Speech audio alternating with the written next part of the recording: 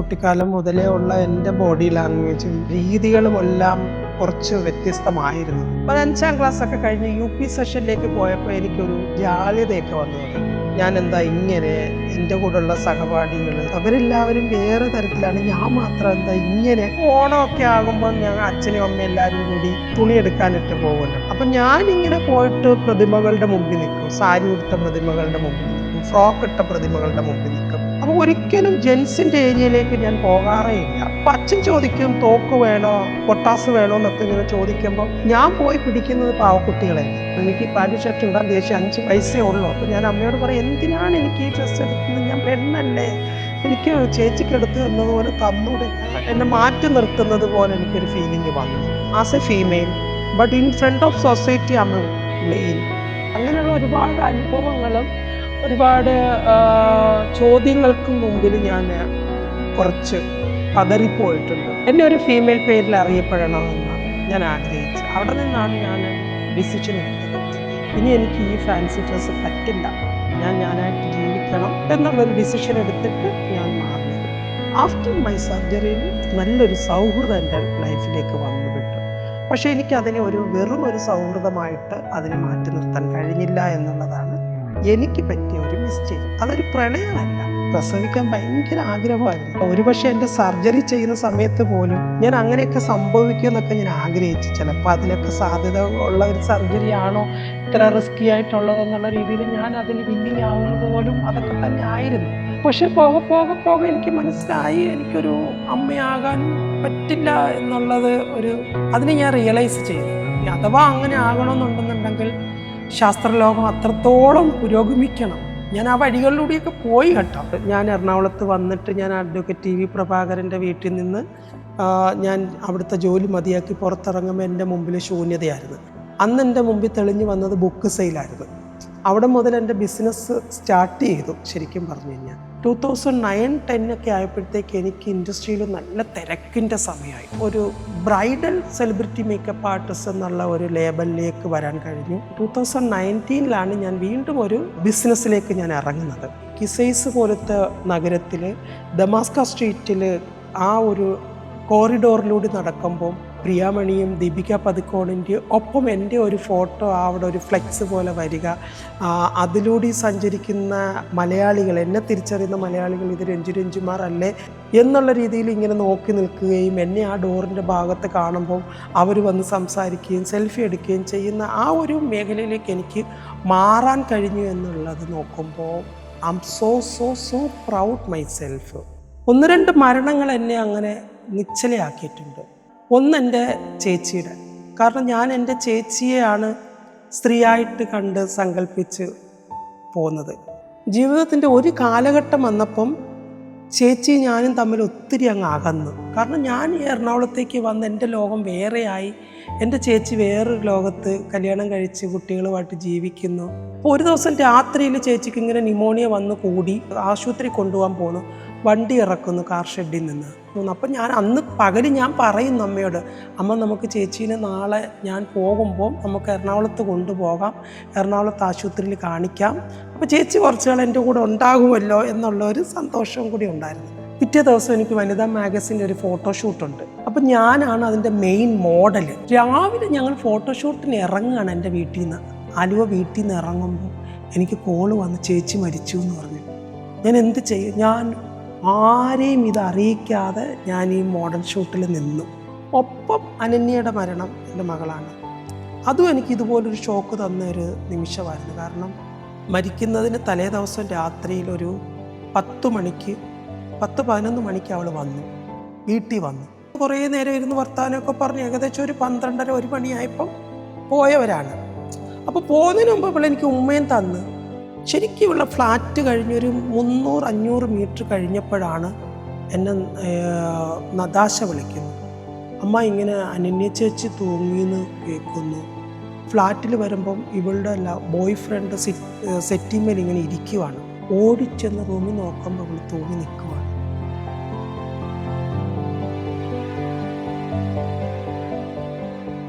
%100 ജോലി സാധ്യതയോടെ hotel management degree diploma കോഴ്സുകൾ പഠിക്കുവാൻ കൊച്ചിയിലെ Chavara institute of hotel management തന്നെ ധൈര്യമായി തെരഞ്ഞെടുത്തോളൂ. ഇന്ന് നമ്മുടെ കൂടെ ഉള്ളത് ഒരു സ്പെഷ്യൽ ഗസ്റ്റാണ്. ഞാനൊരു ഇൻട്രൊഡക്ഷൻ ഒന്നും കൊടുക്കുന്നില്ല, നമുക്ക് മാമിനോട് തന്നെ മാമിനെ ഒന്ന് ഇൻട്രൊഡക്ഷൻ ചെയ്യാവോന്ന് ചോദിക്കാം. രഞ്ജുമ്മ ഒന്ന് ഇൻട്രൊഡക്ഷൻ ചെയ്യാവോ? ഹായ്, എല്ലാവർക്കും നമസ്കാരം. ഇന്ന് നിങ്ങളോടൊപ്പം ഉള്ളത് കേരളത്തിലെ സെലിബ്രിറ്റി മേക്കപ്പ് ആർട്ടിസ്റ്റ് രഞ്ജിമാർ. ഒരു അങ്ങനെ മതിയോ? മതി. അപ്പം രഞ്ജുമ്മയുടെ ചൈൽഡ്ഹുഡ് തൊട്ട് നമുക്ക് തുടങ്ങാം. ഇപ്പം ചൈൽഡ്ഹുഡിൽ നമുക്ക് എല്ലാവർക്കും പറയാൻ പറ്റും കുറെ ബ്യൂട്ടിഫുൾ ആയിട്ടുള്ള മൊമെന്റ്സും അതേപോലെ കുറെ ഡിഫിക്കൽട്ടീസും ഉണ്ടെന്ന്. ഇപ്പം രഞ്ജുമ്മയ്ക്ക് ഏറ്റവും ചൈൽഡ്ഹുഡിൽ ഏറ്റവും കൂടുതൽ ഓർമ്മയുള്ള ഒരു നല്ല മൊമെന്റ് ഒന്ന് ഷെയർ ചെയ്യാവോ? നല്ല മൊമെന്റ്സ് എന്ന് പറഞ്ഞു കഴിഞ്ഞാൽ എൻ്റെ അമ്മയുടെ ജ്യേഷ്ഠത്തി ലക്ഷ്മി വല്യമ്മ.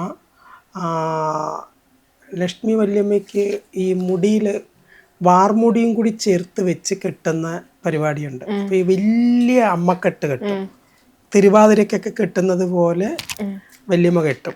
അപ്പം വല്യമ്മ അത് അഴിച്ച് വെക്കാൻ ഞാൻ നോക്കിയിരിക്കും. ഈ വാർമുടി അഴിച്ച് അങ്ങനെ വെച്ചിട്ട് വല്യമ്മയുടെ മുടി എടുത്ത് ഇങ്ങനെ കെട്ടി വെക്കുന്ന സമയത്ത് ഞാൻ ഈ വാർമുടി എടുത്തിട്ട് എൻ്റെ തലയിൽ ഒരു ചണം വെച്ച് കെട്ടി ബാക്കിൽ ഇങ്ങനെ ടാട്ടിയിട്ട് എൻ്റെ വീടിൻ്റെ അടുത്ത് റോഡിൽ കൂടി ഞാനിങ്ങനെ ഓടും. അതെൻ്റെ ഒരു വലിയ മൊമെൻറ്റ്സാണ്. എൻ്റെ ഒരു എന്താ പറയുക, എൻ്റെ എല്ലാ കാര്യങ്ങൾക്കും കൂട്ടു നിൽക്കുന്ന ഒരാളായിരുന്നു ലക്ഷ്മി വല്യമ്മ. രഞ്ജുമ്മ എപ്പോഴാണ് ഇതാണ് എൻ്റെ ഐഡന്റിറ്റി എന്ന് തിരിച്ചറിയുന്ന ഒരു ഏജ്? ഐഡൻറ്റിറ്റി തിരിച്ചറിയുന്നതാണോ എന്ന് എനിക്കറിയത്തില്ല. എനിക്ക് ശരിക്കും പറഞ്ഞു കഴിഞ്ഞാൽ കുട്ടിക്കാലം മുതലേ ഉള്ള എൻ്റെ ബോഡി ലാംഗ്വേജും എൻ്റെ രീതികളുമെല്ലാം കുറച്ച് വ്യത്യസ്തമായിരുന്നു. അപ്പം എൻ്റെ മറ്റൊരു വല്യമ്മച്ചിയുടെ മകള് മാധവി എന്ന് പറഞ്ഞ മാധവി വല്യമ്മയുടെ മകള്, അപ്പം മാധവി വല്യമ്മയുടെ മകള് ജനിച്ചത് ഒത്തിരി വഴിപാടുകളൊക്കെ നേർന്നിട്ടാണ്. അപ്പോൾ അതിൻ്റെ ഫലമായിട്ടാണ് ശരിക്കും കുഞ്ഞ് ജനിച്ചെന്നുള്ള ഒരു വിശ്വാസത്തിൽ മുഖത്തല ശ്രീകൃഷ്ണസ്വാമി ക്ഷേത്രത്തിൽ ഞങ്ങളുടെ വീട്ടിൽ നിന്ന് കൃഷ്ണന് സ്വർണത്തിൻ്റെ ഓടക്കുഴൽ പണിത് താലപ്പൊലിയോടുകൂടി കൊണ്ടുപോകുന്ന ഒരു വഴിപാടായിരുന്നു.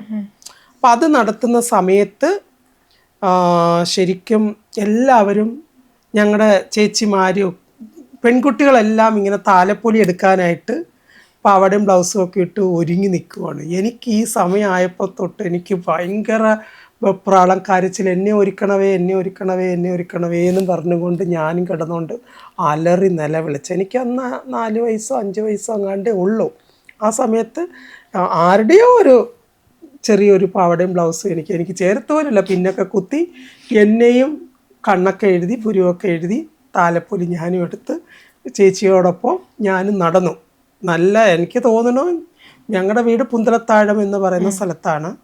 അവിടെ നിന്ന് മുഖത്തല ശ്രീകൃഷ്ണസ്വാമി ക്ഷേത്രം വരെ ചെണ്ടമേളത്തിൻ്റെ കൂടെ നടന്നു പോകണോ, അങ്ങനെ ഞാൻ നടന്നുപോയി.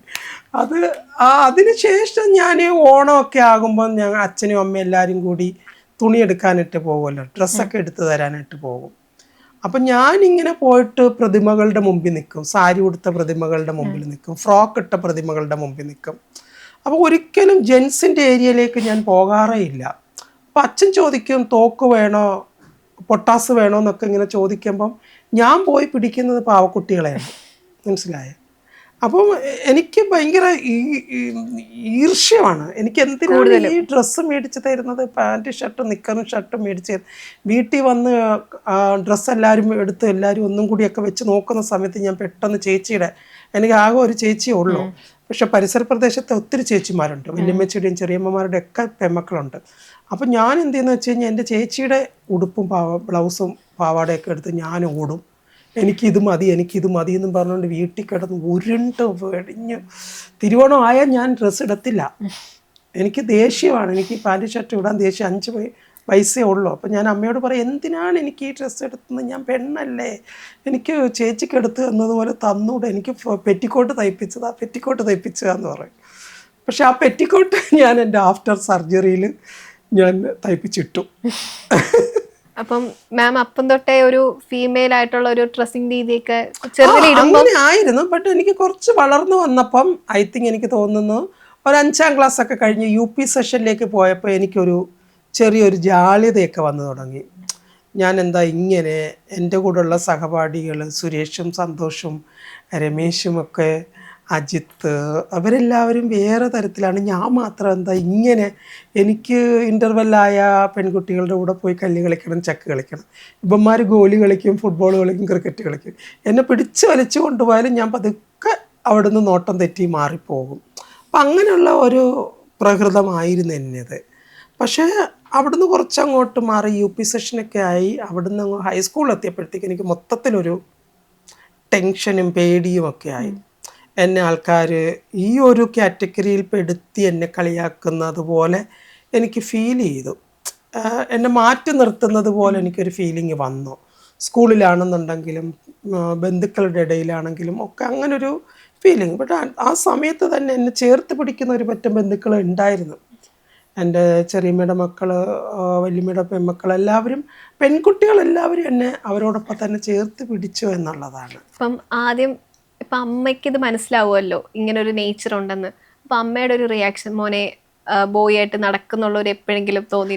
ഇല്ല, അതിനുള്ള ഒരു അവസരം ഞാൻ കൊടുത്തില്ല എന്നുള്ളതാണ്. എന്നെ തിരുത്താനുള്ള ഒരു അവസരം ഞാൻ എൻ്റെ വീട്ടുകാർക്ക് കൊടുത്തില്ല. അതിനു മുമ്പ് ഞാൻ എൻ്റെ ഡിസിഷൻ എടുത്തു കഴിഞ്ഞു. കാരണം ഒരു പ്രായം കഴിഞ്ഞപ്പോൾ തന്നെ വീട്ടുകാർക്ക് നാട്ടുകാർക്ക് മനസ്സിലായി ഇതിനെ പിടിച്ചിട്ട് കാര്യമില്ല, ഇതിങ്ങനെ പോകുള്ളൂ. പക്ഷേ എനിക്ക് എൻ്റെ ഉപബോധ മനസ്സിനെ ഞാൻ പറഞ്ഞു മാറ്റാൻ ശ്രമിച്ചു. ഇങ്ങനെയല്ല എന്നുള്ളത്. ഞാൻ ഇങ്ങനെയല്ല, എൻ്റെ സഹപാഠികൾ രമേശും സന്തോഷും സുരേഷും എല്ലാം ഇങ്ങനെയല്ല, അവരെ പോലെ നീ ആകണം, അതിന് വേണ്ടിയിട്ട് നീ ശ്രമം നടത്തണം എന്നുള്ള രീതിയിൽ ഞാനിങ്ങനെ എന്താ പറയുക മുണ്ടുടുക്കുന്ന കാലഘട്ടമായിരുന്നത്. സ്കൂളിൽ പോകുമ്പോൾ ആ മുണ്ട് മടക്കി കുത്താൻ തുടങ്ങി. സ്കൂളിൽ പോകുമ്പോൾ ബോയ്സ് എല്ലാവരും ഞങ്ങൾക്ക് എന്ന് പറഞ്ഞു കഴിഞ്ഞാൽ ബാഗോ അങ്ങനെയുള്ള സംഭവങ്ങളൊന്നുമില്ല. ബുക്കുകളെല്ലാം ഇങ്ങനെ അടുക്കി വെച്ചിട്ട് റബ്ബർ ഇടും എൻ്റെ പുറത്തുകൂടി. എന്നിട്ട് ബോയ്സ് എല്ലാം ബുക്ക് പിടിക്കുന്നത് ഇങ്ങനെയാണ്, ഇവിടെ ഇങ്ങനെ തോളത്ത് വെച്ചിട്ട് ഇങ്ങനെ പിടിക്കും. ഗേൾസ് എല്ലാം മാറിടത്തിൽ വെച്ചിട്ടാണ് പിടിക്കുന്നത്, അല്ലെങ്കിൽ ഇങ്ങനെ പിടിച്ചിട്ട് പോകും. അപ്പം ഞാൻ അങ്ങനെയായിരുന്നു. ഞാൻ പതുക്കെ തോളത്ത് വെക്കാൻ തുടങ്ങി, മുണ്ട് മടക്കി കുത്താൻ തുടങ്ങി. പക്ഷേ ഒരു കഷ്ടിച്ചൊരു 50-100 മീറ്റർ കഴിയുമ്പോൾ തന്നെ ഈ ബുക്ക് ഇവിടുന്ന് മാറി ഇവിടെ എത്തും. ഈ മടക്കി കുത്തിയിരിക്കുന്ന മുണ്ടിൻ്റെ കുത്തഴിയും, അതിൻ്റെ ഒരു കോന്തല പിടിച്ച് പൊക്കിയിട്ട് ഇങ്ങനെ ആട്ടി നടക്കുകയുള്ളൂ. അങ്ങനെ എനിക്ക് സ്കൂളിൽ പോകാൻ കഴിയുള്ളൂ. അപ്പോൾ ഈ അങ്ങനൊരു ബുദ്ധിമുട്ട് ഉണ്ടായിരുന്നു. പക്ഷേ ഞാൻ എന്നാലും എന്നെ മാറ്റിയെടുക്കാൻ ഒരു ശ്രമം നടത്തിയിരുന്നു കേട്ടോ. ഞാൻ പെൺകുട്ടികളെ ലവ് ചെയ്യാൻ ശ്രമിച്ചു. ലൈക്ക് എൻ്റെ കൂട്ടത്തിലുള്ള ആൺകുട്ടികൾക്കൊക്കെ പെൺകുട്ടി ലവേഴ്സ് ഉണ്ട്. അപ്പോൾ എനിക്ക് അവരെ ലവ് ചെയ്യണം എന്നുള്ള അവർക്കുണ്ട്, എനിക്കില്ല എന്നുള്ള രീതിയിൽ ഞാൻ ശ്രമിക്കുമ്പോൾ I can do that. Because എനിക്ക് അവർ എൻ്റെ സഹപാഠികൾ, എൻ്റെ സിസ്റ്റർ, എൻ്റെ ഫ്രണ്ട് എന്നുള്ള അതിനപ്പുറത്തേക്കൊരു ചിന്ത എനിക്ക് വരുന്നില്ല. എനിക്കത് അവരെൻ്റെ ബെസ്റ്റ് ഫ്രണ്ട്സാണ്. അവരോട് എനിക്ക് അങ്ങനെ അവർ പറയുന്ന ആ ഒരു മീനിങ്ങിൽ എനിക്ക് അവരെ ഉൾക്കൊള്ളാൻ കഴിയുന്നില്ല. അതായിരുന്നു എൻ്റെ ഒരു ഫുൾ തിരിച്ചറിവെന്ന് പറയാം. കംപ്ലീറ്റ്ലി ഓക്കെ, ഞാനൊരു ഫീമെയിൽ ആയിട്ട് ജീവിക്കാമെന്ന് എപ്പോഴാണ് ഒരു ഡിസിഷൻ എടുത്തത്? അത് ശരിക്കും പറഞ്ഞു കഴിഞ്ഞാൽ ഞാൻ എറണാകുളത്തേക്ക് വന്നതിന് ശേഷം എടുത്ത ഒരു ഡിസിഷനാണ്. എനിക്ക് തോന്നുന്നു എനിക്ക് നാട്ടിൽ നിന്ന് ഇങ്ങോട്ട് വന്നപ്പോൾ എനിക്ക് കൂടുതൽ ചിന്തിക്കുവാനും എൻ്റെ സൊസൈറ്റീനെ മറച്ച് നിൽക്കുവാനും, എൻ്റെ സൊസൈറ്റി എന്ന് പറയുന്നത് എൻ്റെ വീട്ടിൻ്റെ പരിസര പ്രദേശങ്ങളിലുള്ളവരെയാണ് എനിക്ക് എൻ്റെ സൊസൈറ്റി ആയിട്ട് കാണാൻ കഴിയുന്നത്. അപ്പോൾ അവരുടെ എന്താ പറയുക ചോദ്യങ്ങളിൽ നിന്ന് നിൽക്കാനും അവരുടെ പരിഹാസം നിറഞ്ഞ ചിരികളിൽ നിന്നും കളിയാക്കലിൽ നിന്ന് എനിക്കൊരു മോചനമായിരുന്നു എറണാകുളത്തേക്കുള്ള പറിച്ചു നടൽ എന്ന് പറഞ്ഞത്. ആ പറിച്ചു നടൽ എനിക്ക് ഒരുപാട് നല്ല നല്ല നല്ല ബന്ധങ്ങളെ ഉണ്ടാക്കിയെടുക്കാൻ കഴിഞ്ഞു. ഒപ്പം തിക്ത അനുഭവങ്ങൾ ഉണ്ടായി. ജീവിതത്തിൻ്റെ കാഴ്ചപ്പാടുകൾ മറിയുന്ന ഒരു സാഹചര്യത്തിലൂടെ എനിക്ക് പോകേണ്ടി വന്നു. അവിടെ നിന്നൊക്കെ എനിക്ക് രക്ഷപ്പെടാൻ കഴിഞ്ഞു എന്നുള്ളതാണ്. അപ്പം അവിടുന്ന് ഞാൻ ബാക്ക് ടു ഒരു മേക്കപ്പ് ആർട്ടിസ്റ്റ് എന്ന നിലയിലേക്ക് ഞാൻ വരുമ്പോൾ എനിക്ക് ഒരുപാട് ആർട്ടിസ്റ്റുകളിലൂടെ ട്രാവൽ ചെയ്യാനുള്ള അവസരങ്ങൾ വരുന്നു. അപ്പോൾ അവിടെയെല്ലാം as a female but in front of society am a male. അപ്പോൾ അതെന്നെ ഭയങ്കരമായിട്ട് എന്നിലൊരു അപകർഷതാബോധം ഉണ്ടാക്കാൻ തുടങ്ങി. ഇപ്പം നമ്മൾ വിദേശ രാജ്യങ്ങളിലൊക്കെ പോകുമ്പോൾ പാസ്പോർട്ട് സ്കാൻ ചെയ്യുന്ന സന്ദർഭങ്ങളിൽ നമ്മളെ അവർ ഒരു സംശയത്തിൻ്റെ കണ്ണുകളോടുകൂടി നോക്കുന്നു. പാസ്പോർട്ടിലിരിക്കുന്ന ആളിൻ്റെ രൂപം വേറെ, ഫ്രണ്ടിലിരിക്കുന്ന ആളിൻ്റെ രൂപം വേറെ. അങ്ങനെയുള്ള ഒരുപാട് അനുഭവങ്ങളും ഒരുപാട് ചോദ്യങ്ങൾക്കും മുമ്പിൽ ഞാൻ കുറച്ച് പതറിപ്പോയിട്ടുണ്ട്. അപ്പം അവരെ പുറത്തേക്കൊക്കെ പോകുമ്പോൾ എനിക്ക് ശരിക്കും പറഞ്ഞു കഴിഞ്ഞാൽ എന്നെ ഒരു ഫീമെയിൽ പേരിൽ അറിയപ്പെടണമെന്ന് ഞാൻ ആഗ്രഹിച്ചു. അവിടെ നിന്നാണ് ഞാനൊരു ഡിസിഷൻ എടുത്തത്. ഇനി എനിക്ക് ഈ ഫാൻസി ഡ്രസ്സ് പറ്റില്ല, ഞാനായിട്ട് ജീവിക്കണം എന്നുള്ളൊരു ഡിസിഷൻ എടുത്തിട്ട് ഞാൻ മാറിയത്. രഞ്ജുമ എപ്പോഴാണ് ഈ സർജറി ചെയ്യാം എന്നുള്ളൊരു ഒപ്പീനിയൻ എടുക്കുന്നത്? ഈ സർജറി ഭയങ്കര ഡിഫിക്കൽട്ടാണെന്ന് ഞാൻ കേട്ടിട്ടുണ്ട്. എനിക്ക് എൻ്റേതായിട്ടുള്ളൊരു ഇടം കണ്ടെത്തിയതിന് ശേഷമാണ് എൻ്റെ സർജറി ഒരുപാട് ലേറ്റായിട്ടായിരുന്നു. അപ്പോൾ എൻ്റെ സർജറിയുടെ ഒരു ഡിസിഷൻ എന്ന് പറയുന്നത്, ഞാൻ ചുറ്റുവട്ടങ്ങളിലേക്ക് നോക്കുമ്പോൾ എനിക്ക് ഫ്രീ ആയിട്ട് നടക്കുവാനും എനിക്ക് ഫ്രീ ആയിട്ട് ഇടപഴകുവാനും, ബിക്കോസ് എൻ്റെ ബ്രൈഡ്സിൻ്റെ ഇടയിൽ, എൻ്റെ മോഡൽസിൻ്റെ ഇടയിൽ, എൻ്റെ സെലിബ്രിറ്റികൾക്കിടയിൽ ഞാൻ വർക്ക് ചെയ്യുന്ന എൻ്റെ പ്രവർത്തന മേഖലയിൽ എനിക്ക് കുറച്ചുകൂടി ഈസി ആയിട്ട് ഇടപെടണമെന്നുണ്ടെങ്കിൽ ഞാൻ ആ പൂർണ്ണതയിലെത്തണം. പൂർണ്ണത എന്ന് പറയുന്ന എന്നിലുള്ള പൂർണ്ണത, എന്നിൽ എന്താണോ അപാകതയുള്ളത് അതിനെ എനിക്ക് നീക്കം ചെയ്ത് ഞാനൊരു സ്ത്രീയായി മാറണം. അതാണ് എൻ്റെ ഒരു പ്രധാനപ്പെട്ട ഒരു തടസ്സമായി നിന്നിരുന്നത്. സർജറി ആണ്. അപ്പോൾ ആ സർജറി ചെയ്യുക എന്നുള്ളൊരു ഡിസിഷൻ ഞാൻ എടുത്തു. അവിടെ നിന്നാണ് എനിക്കൊരു സർജറീനെ, അതിൻ്റെ കോംപ്ലിക്കേഷനെ കുറിച്ച് ഞാൻ ഓർത്തിട്ടേ ഇല്ല. വരാൻ പോകുന്ന കോംപ്ലിക്കേഷൻസ് എന്താണെന്ന്, അതായത് ഒരു അപകട സാധ്യത നിലനിൽക്കുന്ന ഒരു സർജറിയാണ് ചെയ്യാൻ പോകുന്നതെന്നും ഇതിൽ നിന്ന് വരുന്ന ക്രിട്ടിക്കൽ പ്രോബ്ലംസുകൾ എന്താണെന്നും ഞാൻ അതിനെപ്പറ്റി ബോധർ ചെയ്തില്ല എന്നുള്ളതാണ്. എനിക്കത്ര അവെയർ ഇല്ലായിരുന്നു ആ സമയത്ത്. സത്യം പറഞ്ഞാൽ ഇപ്പോൾ എനിക്ക് ആ സർജറീനെ കുറിച്ച് ഓർക്കുമ്പോൾ ഞാൻ അത്രയും ഒരു റിസ്കി ഫാക്ടറിലൂടെ ഞാൻ പോകണമായിരുന്നോ? ടച്ച് വിട്ട് ദൈവം എന്നെ കാത്തുരക്ഷിച്ച് കൊണ്ടുവന്നു. പക്ഷെ എന്നാലും ചെറിയ ഒരു പ്രോബ്ലം സംഭവിക്കാൻ സാധ്യതയുള്ള ഒരു സർജറി ആയിരുന്നല്ലോ ഞാൻ ചെയ്തതെന്ന് ഇപ്പോഴാണ് ഞാൻ അതിനെപ്പറ്റി റീതിങ്കിങ് ചെയ്തു തുടങ്ങിയത്. പക്ഷേ I am so happy, 100% happy. സർജറിക്ക് മുൻപും ശേഷവും രഞ്ജുമയ്ക്ക് എന്തൊക്കെ മാറ്റങ്ങൾ വന്നിട്ടുണ്ട്? സത്യം പറഞ്ഞാൽ എനിക്ക് ആ സർജറിക്ക് മുമ്പ് എൻ്റെ കമ്മ്യൂണിറ്റിയിലുള്ള കുട്ടികൾ, ഫോർ എക്സാമ്പിൾ എൻ്റെ മക്കളായിട്ട് നിന്നിട്ടുള്ളവർ, അവരൊരു ലവിൽ ചെന്ന് പെടുമ്പോൾ ഞാൻ അതിനെ ശക്തമായിട്ട് എതിർത്തിരുന്നു. ഇത് ശരിയല്ല, ഇത് നിങ്ങൾ കരയും, നിങ്ങൾ ഒരിക്കലും അവർ അക്സെപ്റ്റ് ചെയ്യില്ല, ഇതൊരു 3, 4, 5 മാസത്തെ നിലനിൽപ്പ് മാത്രമേ ഉള്ളൂ, ഈ പ്രണയബന്ധത്തിൽ നിങ്ങൾക്ക് നിങ്ങൾ കഷ്ടപ്പെട്ടുണ്ടാക്കുന്ന പണം നഷ്ടപ്പെടും, നിങ്ങൾക്ക് മാനസിക ഉല്ലാസം നഷ്ടപ്പെടും, നിങ്ങൾക്ക് വേണ്ട നിങ്ങളുടെ വിലപ്പെട്ട സമയം നഷ്ടപ്പെടും, അപ്പോൾ നിങ്ങൾക്ക് ഉറക്കമില്ലായ്മ വരും, നിങ്ങൾക്ക് ഡിപ്രഷൻ വരും, ഇതൊന്നും ശാശ്വതമല്ല, നിങ്ങൾ നിങ്ങളായിട്ട് നിങ്ങളുടെ വഴിയിലൂടെ സഞ്ചരിക്കുമെന്ന് ഞാൻ പലരെയും ഉപദേശിച്ചിരുന്നു. ഞാനതിനെ ശക്തമായിട്ട് എതിർത്തിരുന്നു. അപ്പം ഞാനിങ്ങനെ പലരും, ഇപ്പം ഹരണിയാണെങ്കിലും ദീപ്തിയാണെന്നുണ്ടെങ്കിലും ഈ ലവിൻ്റെ കാര്യത്തെപ്പറ്റി സംസാരിക്കുമ്പോൾ ഞാൻ പുറകെ നിന്നിട്ട് ഇങ്ങനെ നോക്കി നിൽക്കും.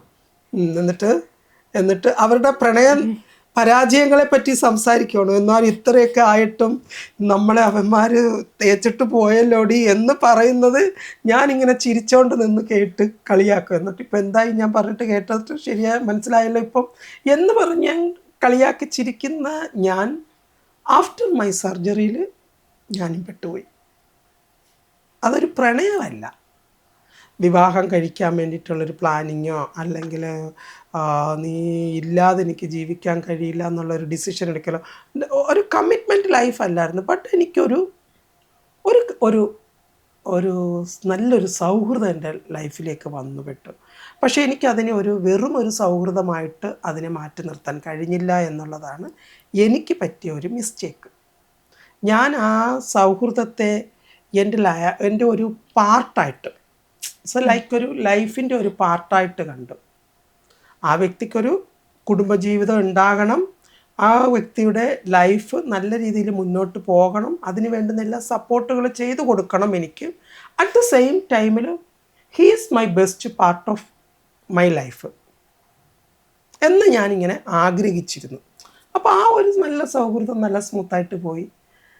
അപ്പം ബിഫോർ സർജറിയിൽ ഉണ്ടായിട്ടുള്ള ഞാൻ ടോട്ടലി ചേഞ്ചായി ആഫ്റ്റർ മൈ സർജറിയിൽ.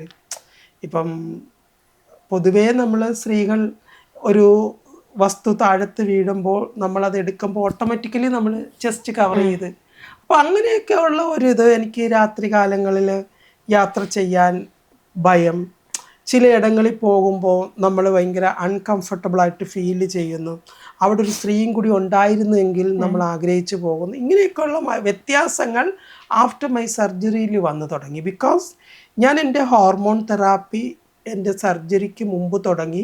സർജറി കഴിഞ്ഞ് 21 ഡേയ്സ് കഴിഞ്ഞതിന് ശേഷം വീണ്ടും എൻ്റെ ഹോർമോൺ തെറാപ്പി സ്റ്റാർട്ട് ചെയ്തു. അപ്പം ഞാൻ കംപ്ലീറ്റ്ലി എൻ്റെ ഹോർമോൺ ട്രീറ്റ്മെൻറ്റുകൾ നടത്തിക്കൊണ്ടിരുന്നു. കാരണം അപ്പോൾ കംപ്ലീറ്റ്ലി എൻ്റെ ബോഡി എന്ന് പറയുന്നത് ഭയങ്കര ഫ്ലെക്സിബിൾ ആകാൻ തുടങ്ങി.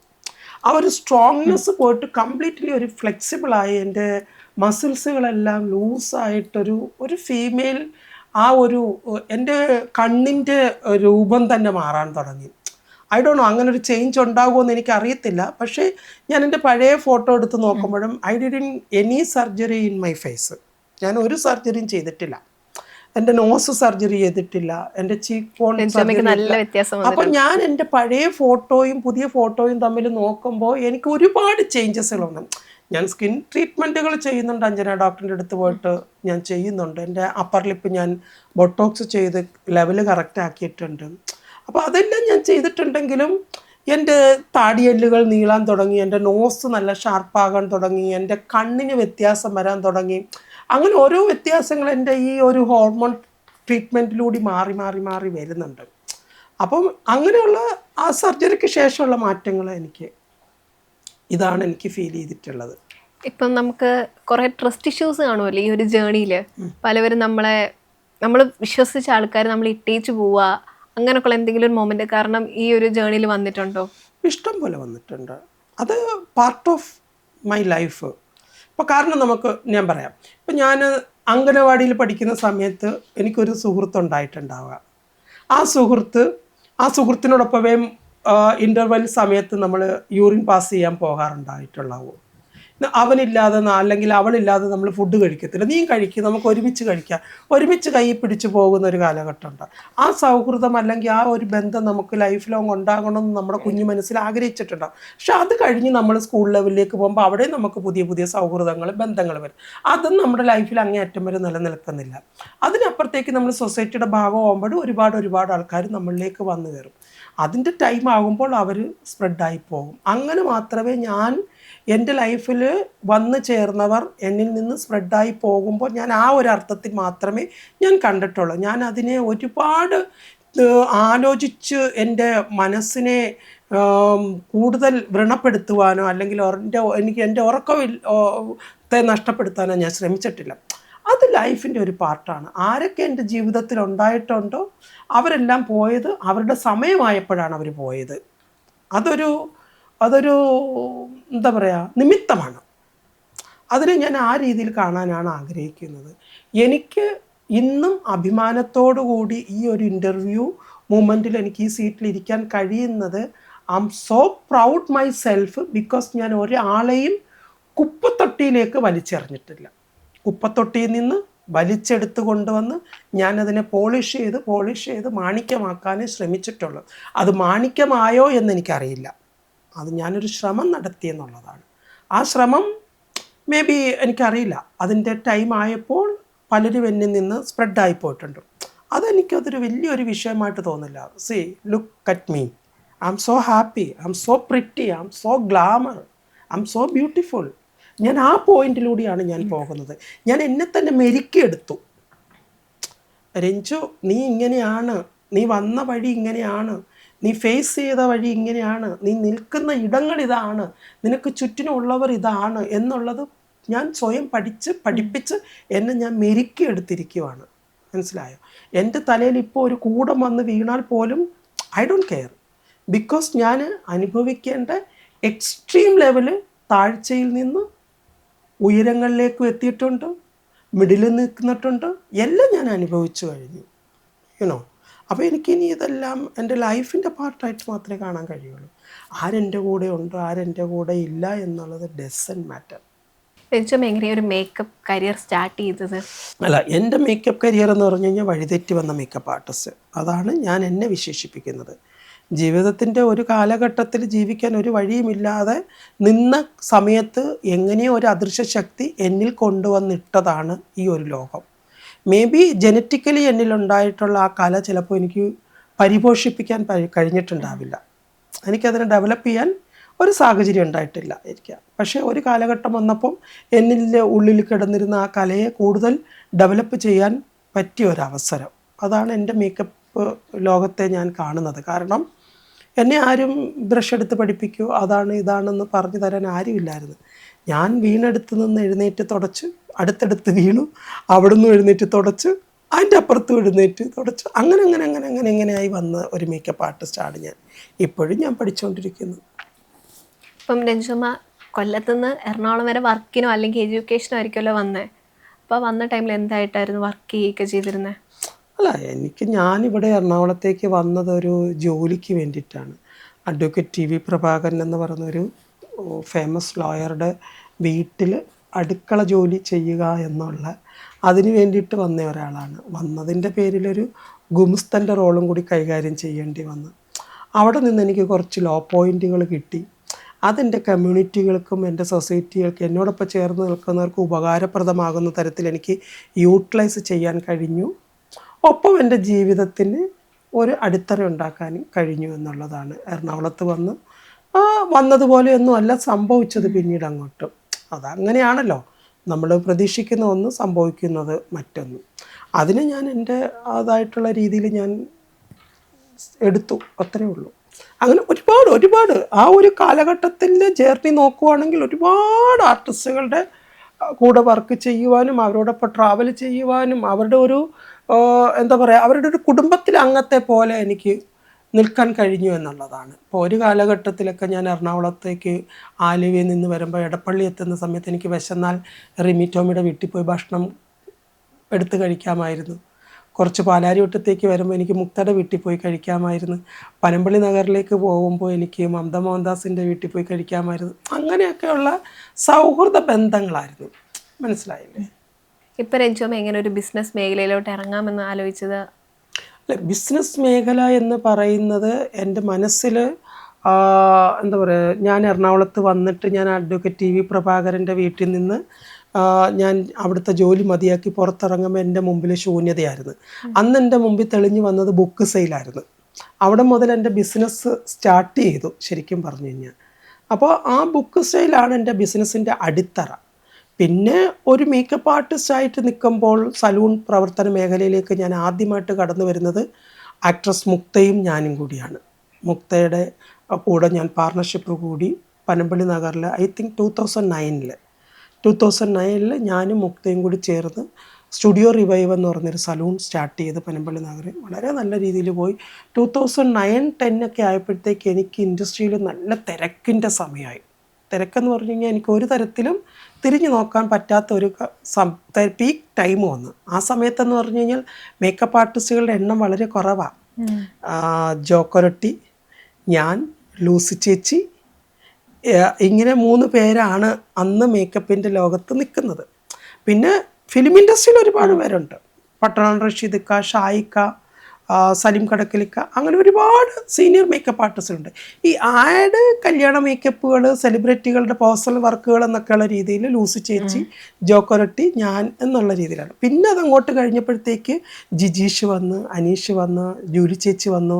അങ്ങനെ ഒരുപാട് മേക്കപ്പ് ആർട്ടിസ്റ്റുകൾ ഇങ്ങനെ പതുക്കെ ബാക്ക് ടു വന്നു തുടങ്ങി. ഇന്ന് കേരളത്തിലെ മേക്കപ്പ് ആർട്ടിസ്റ്റുകളുടെ എണ്ണം എടുക്കാൻ പറ്റാത്ത തരത്തിൽ മേക്കപ്പ് ആർട്ടിസ്റ്റുകളുണ്ട്.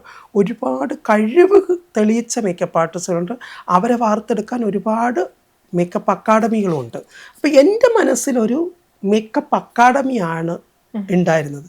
അപ്പോൾ 2009 ഞാൻ മുക്തയായിട്ടുള്ള ബിസിനസ് ഇങ്ങനെ പീക്കിൽ പോകുന്ന സമയത്ത് എനിക്ക് ആ പാർട്ണർഷിപ്പ് ക്ലിയർ ചെയ്ത് മുന്നോട്ട് കൊണ്ടുപോകാൻ പറ്റാത്തതുകൊണ്ട് ഞാൻ ആ പാർട്ണർഷിപ്പിൽ നിന്ന് ഞാൻ ഒഴിഞ്ഞു. എൻ്റെ തിരക്കുകളിലേക്ക് പോയി. ആഫ്റ്റർ രവി പിള്ളയുടെ മകളുടെ കല്യാണ മേക്കപ്പ് കഴിഞ്ഞപ്പോഴത്തേക്ക് ഇൻഡസ്ട്രിയിൽ ഒരു ബ്രൈഡൽ സെലിബ്രിറ്റി മേക്കപ്പ് ആർട്ടിസ്റ്റ് എന്നുള്ള ഒരു ലേബലിലേക്ക് വരാൻ കഴിഞ്ഞു. ആ സമയത്തുള്ള ഒരുപാട് മേക്കപ്പ് ആർട്ടിസ്റ്റുകൾ എന്നെ അഭിനന്ദിക്കുകയൊക്കെ ചെയ്തു. ആർക്കും കിട്ടാത്തൊരു ഭാഗ്യമാണ് നിനക്ക് കിട്ടിയത്, ദ ബെസ്റ്റ് വർക്കായിരുന്നു എന്നുള്ള. അതിലൂടെ എനിക്കൊരു സെലിബ്രിറ്റി ബ്രൈഡൽ മേക്കപ്പ് ആർട്ടിസ്റ്റ് എന്നുള്ളൊരു പേര് വരികയും അതിലൂടെ എനിക്ക് കുറച്ചും കൂടി ഉയരാൻ തുടങ്ങി. 2019 ഞാൻ വീണ്ടും ഒരു ബിസിനസ്സിലേക്ക് ഞാൻ ഇറങ്ങുന്നത്. ആ ബിസിനസ് നല്ല രീതിയിൽ മുന്നോട്ട് പോകുമ്പോൾ എപ്പോഴും ബിസിനസ് എന്ന് പറയുന്നത് 5 ലക്ഷം ഇറക്കി 10 ലക്ഷം ഉണ്ടാക്കുക എന്നുള്ളതല്ല. നമ്മളെ കസ്റ്റമറെ കെയർ ചെയ്യുക എന്നുള്ളതാണ്. നല്ല സർവീസുകൾ കൊടുക്കുക, ജെന്യുവിനായിട്ടുള്ള പ്രോഡക്റ്റുകൾ കൊടുക്കുക, നിയമവശങ്ങൾ നമ്മൾ പാലിച്ചു കൊണ്ട് പോവുക എന്നൊക്കെയുള്ള കുറച്ച് കാര്യങ്ങളുണ്ട്. അപ്പോൾ അതിനകത്ത് ചെറിയ മിസ്അണ്ടർസ്റ്റാൻഡിങ്ങിലും മിസ്കമ്മ്യൂണിക്കേഷൻസുകൾ വന്നപ്പോൾ ഞാൻ ആ ബിസിനസ്സിൻ്റെ പാർട്ണർഷിപ്പ് ഞാൻ ക്ലോസ് ചെയ്തിട്ട് ഞാൻ എൻ്റേതായിട്ടുള്ള ഒരിടത്തിലേക്ക് ഞാൻ തിരിഞ്ഞു. ആ സമയത്ത് തന്നെയാണ് ഞാൻ ദുബായിലെ ഓറ സ്റ്റാർട്ട് ചെയ്യുന്നത്. ടച്ച് വിട്ട് ദൈവത്തിൻ്റെ അനുഗ്രഹത്താൽ പ്രിയാമണിയും മമത മോഹൻദാസ്, ഷംന കാസിം, നൈല ഉഷ, അങ്ങനെ ഒരുപാട് സെലിബ്രിറ്റികൾ വന്ന് എനിക്ക് എൻ്റെ ആ സലൂൺ ഓപ്പൺ ചെയ്യുകയും ദുബായ് കിസൈസ് പോലത്തെ നഗരത്തിൽ ദമാസ്ക സ്ട്രീറ്റിൽ ആ ഒരു കോറിഡോറിലൂടെ നടക്കുമ്പം പ്രിയാമണിയും ദീപിക പദുക്കോണിൻ്റെ ഒപ്പം എൻ്റെ ഒരു ഫോട്ടോ അവിടെ ഒരു ഫ്ലെക്സ് പോലെ വരിക, അതിലൂടെ സഞ്ചരിക്കുന്ന മലയാളികൾ, എന്നെ തിരിച്ചറിയുന്ന മലയാളികൾ ഇത് രഞ്ജുമാർ അല്ലേ എന്നുള്ള രീതിയിൽ ഇങ്ങനെ നോക്കി നിൽക്കുകയും എന്നെ ആ ഡോറിൻ്റെ ഭാഗത്ത് കാണുമ്പോൾ അവർ വന്ന് സംസാരിക്കുകയും സെൽഫി എടുക്കുകയും ചെയ്യുന്ന ആ ഒരു മേഖലയിലേക്ക് എനിക്ക് മാറാൻ കഴിഞ്ഞു എന്നുള്ളത് നോക്കുമ്പോൾ I am so proud myself, who am I, ഞാൻ എവിടെ എത്തി നിൽക്കുന്നു എന്നുള്ളത് ഓർക്കുമ്പോൾ എനിക്ക് ഒരുപാട് അഭിമാനം തോന്നാറുണ്ട്. അപ്പോൾ ആ ഒരു ബിസിനസ് മേഖലയിലേക്ക് വരുന്നത് കുറച്ച് ഡിഫിക്കൽട്ടായിരുന്നു. കാരണം ദുബായ് പോലത്തെ ഒരു നഗരത്തിൽ 2200 സ്ക്വയർ ഫീറ്റ് ഉള്ള ഒരു സലൂൺ സ്റ്റാർട്ട് ചെയ്യുക, അതെന്നെ സംബന്ധിച്ച് വെരി ഡിഫിക്കൽട്ടായിരുന്നു. Blessing from God, Mafasa investment company എന്ന് പറയുന്ന ഒരു ഗുഡ് റിലേഷൻഷിപ്പ് എനിക്ക് വന്നതുകൊണ്ടാണ് എനിക്കതിനെ നല്ല രീതിയിൽ മുന്നോട്ട് കൊണ്ടുപോകാൻ കഴിഞ്ഞത്. ഒപ്പം എന്നെ വിശ്വസിക്കുന്ന ഒരുപാട് കസ്റ്റമേഴ്സിന് എനിക്ക് ഉണ്ടാക്കാൻ കഴിഞ്ഞു. ബിക്കോസ് ഞാൻ ജെന്യുവിനായിട്ടുള്ള പ്രോഡക്റ്റുകൾ കൊണ്ട് ജെന്യുവിനായിട്ടുള്ള സർവീസുകൾ ചെയ്യുക എന്നുള്ളത്. എൻ്റെ പാർട്ട്നേഴ്സിനോട് ഞാൻ പറഞ്ഞിട്ടുണ്ട്, നിങ്ങൾ ഇൻവെസ്റ്റ് ചെയ്യുന്നതിനോടൊപ്പം തന്നെ കസ്റ്റമർ കെയറിങ്ങും ഇമ്പോർട്ടൻ്റ് ആണ്. നമുക്ക് റിട്ടേൺ പിടിക്കാം, ബട്ട് ഇന്നോ നാളെയോ എന്നുള്ളതല്ല. നമുക്ക് ആദ്യം വേണ്ടുന്നത് നല്ല കസ്റ്റമേഴ്സിനാണ്. അതിന് വേണ്ടിയിട്ട് ഞാൻ ഹാർഡ് വർക്ക് ചെയ്തു. ദുബായിൽ ഇപ്പം 20 ദിവസം ദുബായിലാണെങ്കിൽ 20 ദിവസം നാട്ടിൽ. അപ്പോൾ എൻ്റെ ഒരു ബിസിനസ് എന്ന് പറയുന്നത് 100% ജെന്യുവിനായിട്ടുള്ള ഒരു സർവീസ് കൊടുക്കുക.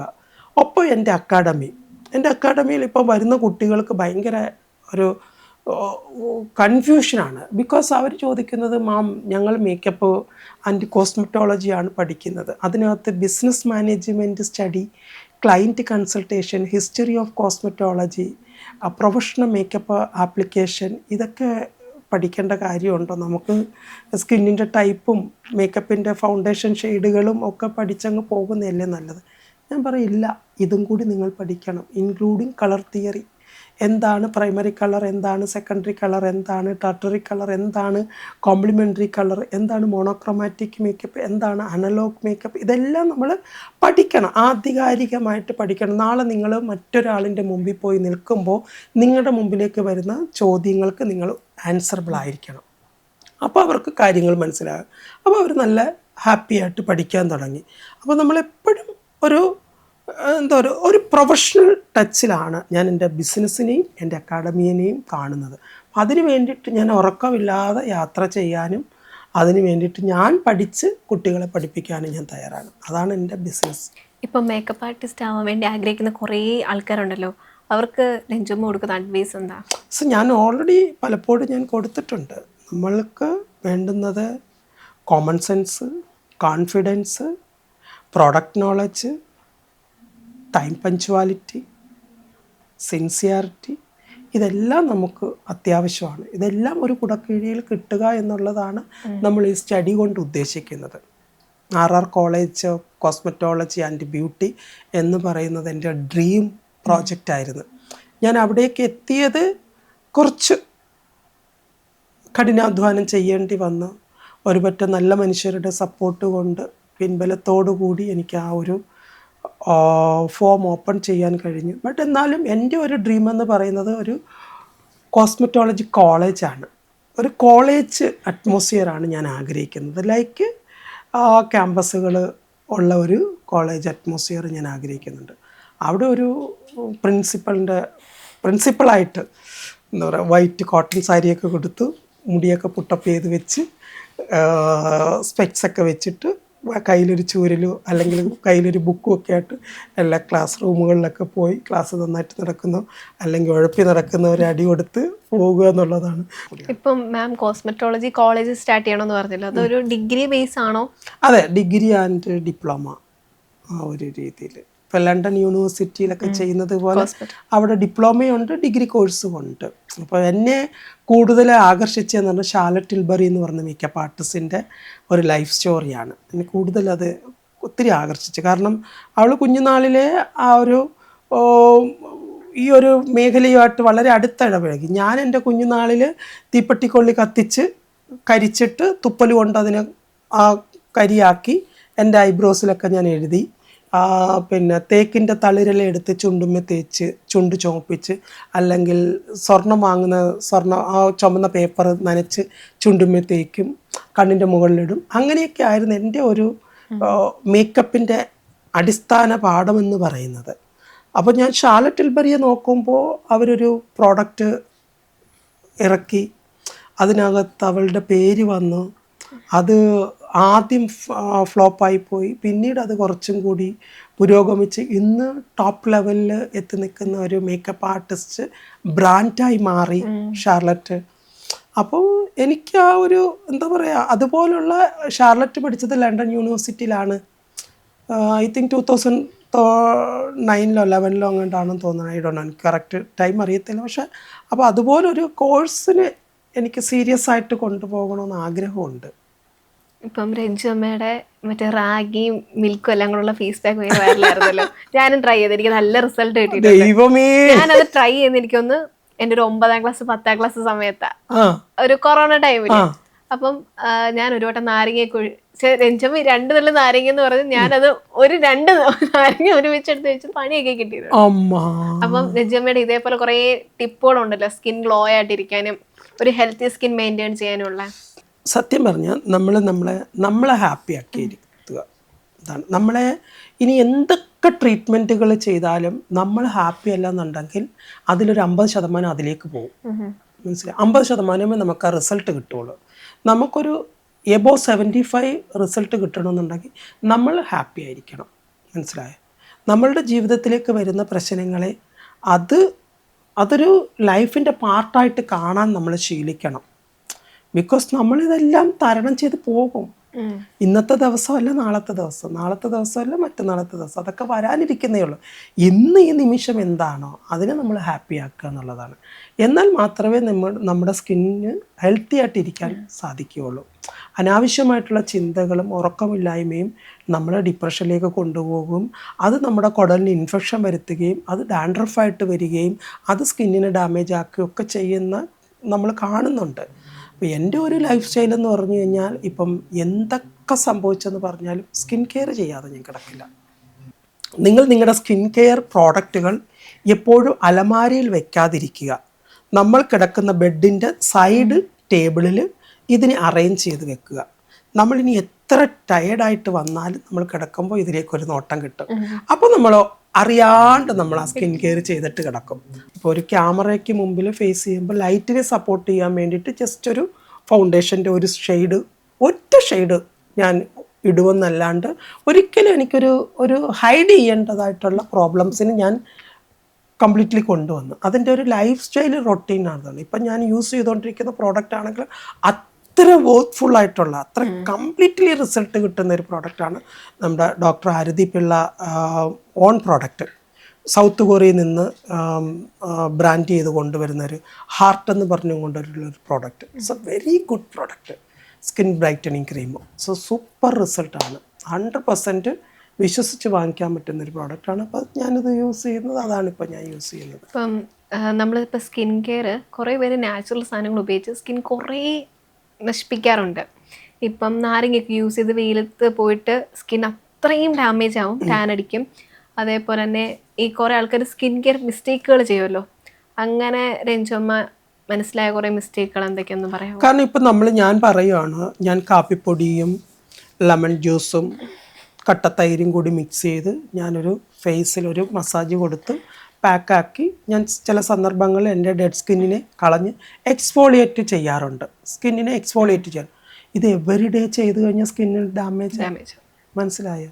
എനിക്ക് തോന്നുന്നു ഇപ്പോഴാണ് ആൾക്കാർ സ്കിൻ കെയർ ഏറ്റവും കൂടുതൽ ഇമ്പോർട്ടൻസ് കൊടുത്തിരുന്നത്. പണ്ട് സ്കിൻ കെയർ എന്ന് പറഞ്ഞ് ഞാൻ ഉൾപ്പെടെ ഈ നാച്ചുറൽ റെമഡീസ് ഡെയിലി യൂസ് ചെയ്യുമായിരുന്നു, ഡെയിലി മസാജ് ചെയ്യുമായിരുന്നു. എന്റെ വിചാരം മസാജ് ചെയ്യാൻ പാടില്ല, ഡെയിലി അങ്ങനെ സ്ക്രബ് മസാജ് ചെയ്യാൻ പാടില്ല.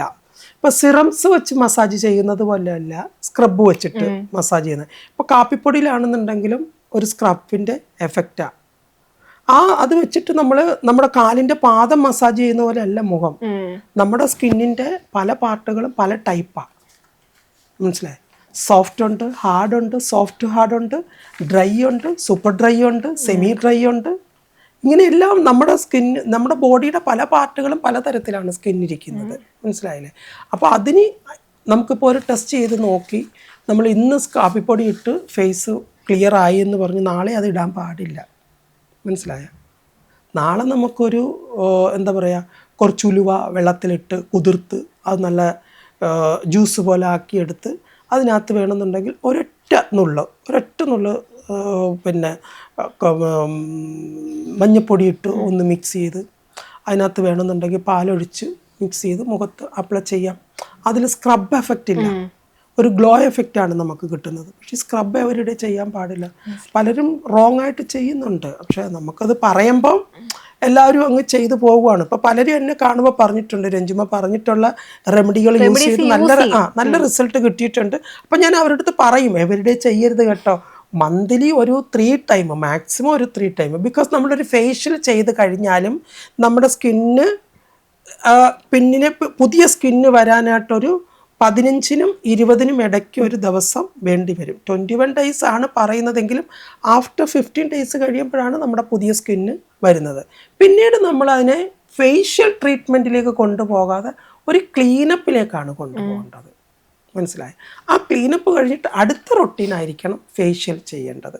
അപ്പോൾ ഫേഷ്യൽ ചെയ്താലും നമ്മൾ ചെയ്യാൻ പാടില്ലാത്ത കുറേ കാര്യങ്ങളുണ്ട്.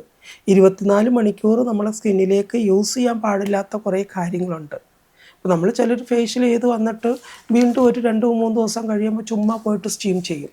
നമ്മൾ ഓൾറെഡി സ്റ്റീം ചെയ്ത് ഡെഡ് സ്കിന്നെല്ലാം എടുത്ത് സ്കിൻ ഓപ്പൺ ആക്കി വെച്ചിരിക്കുകയാണ്, മനസ്സിലായോ? അപ്പോൾ അതിനകത്തേക്ക് പിന്നീട് അത് യൂസ് ചെയ്യേണ്ട കാര്യമില്ല. അങ്ങനെ റോങ് ആയിട്ട് സ്ഥിരമായിട്ട് നല്ല വാട്ടർ കുടിക്കുക, നന്നായിട്ട് ഉറങ്ങുക, സ്കിന്ന് ഫേസ് വാഷ് യൂസ് ചെയ്യുക, മോയ്സ്ചറൈസർ യൂസ് ചെയ്യുക, സൺസ്ക്രീൻ യൂസ് ചെയ്യുക. അപ്പോൾ പലപ്പോഴും നമ്മുടെ വീടിന് പുറത്തേക്ക് ഇറങ്ങുമ്പോൾ മാത്രമല്ല സൺസ്ക്രീൻ യൂസ് ചെയ്യേണ്ടത്, നമ്മുടെ വീട്ടിനകത്ത് നിൽക്കുമ്പോൾ ഈ ലൈറ്റിൻ്റെ എഫക്റ്റ് നമ്മുടെ സ്കിന്നിനെ ഡാമേജ് ആക്കുന്നുണ്ട്.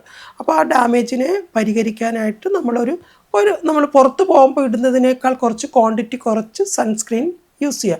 സൺസ്ക്രീൻ പലപ്പോഴും പലരും തേച്ച് പിടിപ്പിക്കുകയാണ് ചെയ്യുന്നത്. സൺസ്ക്രീനാണത്, അതിനെ ഡാപ്പ് ചെയ്ത് വെക്കുക, മനസ്സിലായോ? അതിനകത്ത് അടങ്ങിയിരിക്കുന്നത് ഡയമത്തിക്കോൻ എന്ന് പറയുന്നിട്ടുള്ള ഒരു കെമിക്കൽ കണ്ടൻ്റാണ്. ഇതൊരിക്കലും അബ്സോർവ് ആകില്ല, ഒരു സീല് പോലെ നിൽക്കത്തേ ഉള്ളൂ, ഒരു കവചം പോലെ, മനസ്സിലായോ? ഒരു പ്രൊട്ടക്ഷനാണ് ബാക്ടീരിയയിൽ നിന്ന്, മറ്റ് കെമിക്കൽ കണ്ടൻസുകളിൽ നിന്നും, സൺലൈറ്റിൽ നിന്നും ചർമ്മത്തെ സംരക്ഷിക്കാൻ ഒരു കവചത്തെയാണ് നമ്മൾ സൺസ്ക്രീൻ കൊണ്ട് ഉദ്ദേശിക്കുന്നത്. ചിലരും എടുത്തിട്ട് ഇങ്ങനെ അങ്ങോട്ട് തേച്ച് മസാജ് ചെയ്ത് അങ്ങോട്ട് സ്കിന്നിൻ്റെ ഉള്ളറകളിൽ പോട്ട് അവിടെ കിടക്കട്ടെ അങ്ങനെ ചെയ്യുക, അത് പാടില്ല. അപ്പം അങ്ങനെ ഓരോ സ്കിൻ ടൈപ്പിനും ഓരോ തരത്തിലുള്ള സൺസ്ക്രീനുകളാണ്. അതാണ് SPF++++ ഇട്ടിരിക്കുന്നത്.